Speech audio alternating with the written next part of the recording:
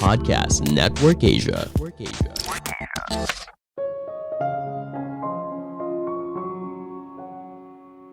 Perjalanan karir itu tidak seperti menaiki tangga satu persatu, tapi lebih mirip benang kusut yang ruwet. Halo semuanya, nama saya Michael. Selamat datang di podcast saya, Sikutu Buku. Kali ini saya akan bahas kalau perjalanan karir itu bukan seperti garis lurus, di mana kamu menaiki tangga satu persatu hingga mencapai karir yang tinggi. Ini merupakan rangkuman dari video TED Talk Sarah Ellis dan Helen Tupper yang berjudul The Best Career Path Isn't Always a Straight Line dan diolah dari berbagai sumber.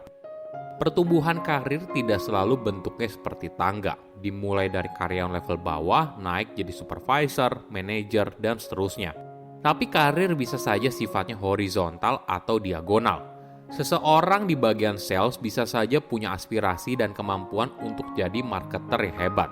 Atau seorang marketer mungkin saja punya passion untuk bekerja di bagian HR. Ini adalah sebuah fenomena yang lumrah terjadi dalam dunia kerja. Sebelum kita mulai, buat kalian yang mau support podcast ini agar terus berkarya, caranya gampang banget. Kalian cukup klik follow. Dukungan kalian membantu banget supaya kita bisa rutin posting dan bersama-sama belajar di podcast ini.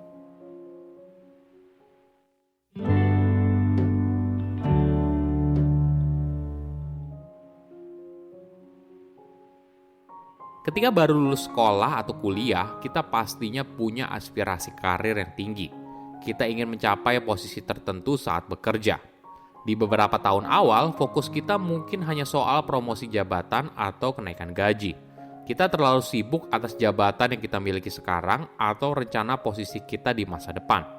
Sekilas, semua tampak baik-baik saja dan berada pada jalur yang benar. Namun ketika kita sudah bekerja dalam waktu yang lama, kita mulai sadar kalau jang karir itu tidak seperti tangga. Posisi kita yang lebih tinggi belum tentu sebuah peluang yang menyenangkan. Mungkin saja peluang karir selanjutnya justru tidak berhubungan dengan apa yang kita kerjakan saat ini. Semakin lama kita bekerja, karir yang kita jalani tidak terlihat seperti anak tangga yang kita naiki satu persatu, tapi seperti sebuah kumpulan benang yang ruwet. Jalan karir ini penuh dengan ketidakpastian dan kemungkinan. Perubahan terjadi setiap saat. Beberapa ada yang berada dalam kendali, tapi ada juga yang tidak. Ada kalanya kita menemukan jalan pintas, ada kalanya kita harus mengambil jalan yang jauh atau bahkan harus putar balik. Ini yang akhirnya kita sadari. Kalau kesuksesan itu tidak sama bagi setiap orang. Ada yang bekerja puluhan tahun di satu perusahaan yang sama, ada yang sudah pindah 5 perusahaan selama 10 tahun bekerja. Gak masalah, semua orang punya jalannya masing-masing. Ketika kita tidak lagi berpikir kalau kesuksesan itu seperti tangga, maka sekarang kita punya pilihan. Pekerjaan kamu saat ini, pendidikan kamu saat ini, bukanlah penentu kehidupanmu selamanya. Kamu bebas menentukan pilihan dan membuat perubahan sesuai dengan apa yang kamu inginkan. Sama halnya dengan perusahaan tempatmu bekerja. Saat ini, kita tidak lagi terpaku harus bekerja di satu perusahaan seumur hidup seperti halnya generasi terdahulu. Kita bebas untuk pindah perusahaan, pindah industri, atau bahkan pindah posisi.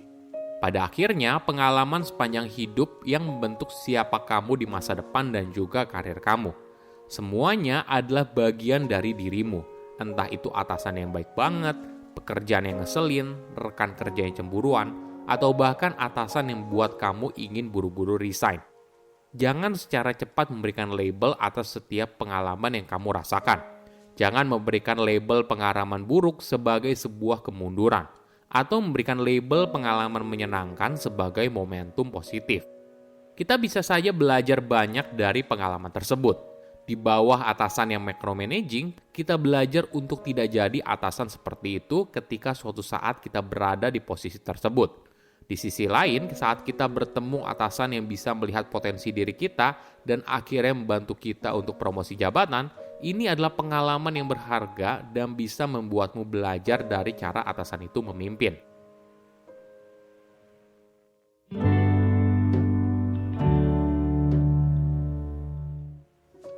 Ketika kamu berada dalam sebuah interview kerja, mungkin kamu pernah mendengar pertanyaan, di mana kamu berada 5 tahun lagi? Pertanyaan ini tentu saja memberikan efek yang berbeda bagi setiap orang. Bagi seseorang yang memang mengejar untuk menjadi pemimpin perusahaan, mungkin dia bisa dengan jelas menceritakan rencana hidupnya. Namun, mungkin saja mayoritas orang tidak begitu. Tidak semua orang bermimpi untuk jadi pemimpin perusahaan. Mungkin saja mereka hanya ingin menjadi manajer atau direktur dan hidup nyaman hingga pensiun di posisi tersebut. Ini tentunya juga tidak adil apabila kita menilai seseorang mau berkembang atau tidak hanya dari keinginannya untuk naik ke posisi yang lebih tinggi dalam perusahaan. Mungkin saja dia sudah nyaman dengan posisinya saat ini dan tidak ingin naik ke posisi yang lebih tinggi. Karena ketika diberikan tanggung jawab lebih, maka waktunya untuk keluarga dan dirinya sendiri juga berkurang. Mungkin kita harus pahami kalau tangga karir itu diciptakan untuk mengatur dan memotivasi karyawan pada masa lampau. Di zaman dulu, seorang karyawan diharapkan untuk meniti tangga karir dari level bawah, naik jadi supervisor, lalu jadi manajer, dan seterusnya. Namun di era sekarang, strukturnya berubah. Seseorang di bagian sales bisa saja punya potensi menjadi marketer yang hebat. Karir di era modern tidak lagi hanya fokus di satu bidang saja. Ada beberapa karyawan yang justru tertarik di bidang yang lain dan ternyata sukses di sana. Karir seorang merupakan gabungan dari aspirasi profesional dan personal.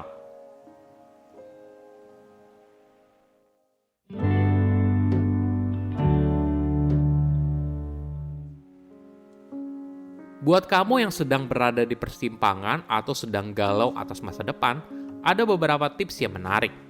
Pertama, tidak masalah apabila kamu tidak tahu masa depanmu seperti apa. Hidup punya misterinya sendiri. Tidak masalah apabila kamu tidak tahu 3 tahun lagi kamu akan seperti apa, atau 5 tahun lagi kamu akan berada di posisi apa. Tentu saja, hidup akan jadi sangat membosankan apabila semuanya sudah terprediksi dengan tepat. Untuk bisa bertumbuh, akan ada saatnya ketika kamu harus keluar dari zona nyaman dan belajar hal baru. Kedua, cari mentor yang bisa membantumu dalam berkarir. Sepanjang karir, kamu mungkin saja bertemu dengan orang-orang yang membantumu bertumbuh. Mungkin saja orang itu adalah manajer pertama kamu yang mengajarkanmu bekerja yang sesungguhnya di dunia profesional. Atau mungkin saja tim kamu yang mengajarkan soal kreativitas dan perspektif segar dalam melihat sebuah masalah. Meskipun kamu pindah kerja atau mereka pindah kerja, tali silaturahmi jangan sampai putus. Tetaplah jaga hubungan karena mereka adalah bagian penting dalam karir kamu. Mungkin saja ketika kamu mendapatkan tantangan baru, kamu bisa berbicara dengan mereka dan kamu mungkin saja menemukan sebuah solusi. Ketiga, ketika ragu, jangan malu bertanya. Ketika berada di posisi baru, kemungkinan besar akan ada rekan kerja atau atasan yang sudah lebih dulu bekerja di sana. Lihat semua hal itu dengan pikiran terbuka. Kamu akan kaget begitu banyak yang bisa kamu pelajari, dari sisi profesional maupun perkembangan dari sisi pribadi. Oke, apa kesimpulannya? Pertama, setiap orang punya jalan yang berbeda. Semakin lama kita bekerja, karir yang kita jalani tidak terlihat seperti anak tangga yang kita naiki satu persatu, tapi seperti sebuah kumpulan benang yang ruwet. Jalan karir ini penuh dengan ketidakpastian dan kemungkinan. Perubahan terjadi setiap saat. Beberapa ada yang berada dalam kendali, tapi beberapa ada yang tidak. Kedua, karir merupakan gabungan dari aspirasi profesional dan personal. Di zaman dulu, seorang karyawan diharapkan untuk meniti tangga karir dari level bawah, naik jadi supervisor lalu jadi manajer. Namun di era sekarang, tidak lagi hanya fokus di satu bidang saja. Ada beberapa karyawan yang justru tertarik di bidang yang lain dan ternyata sukses di sana.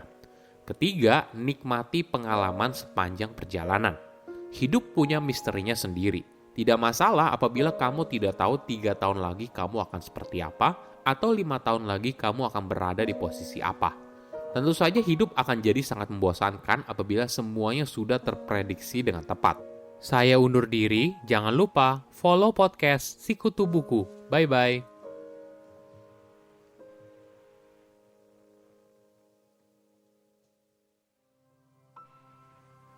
Pandangan dan opini yang disampaikan oleh kreator podcast, host, dan tamu tidak mencerminkan kebijakan resmi dan bagian dari podcast Network Asia.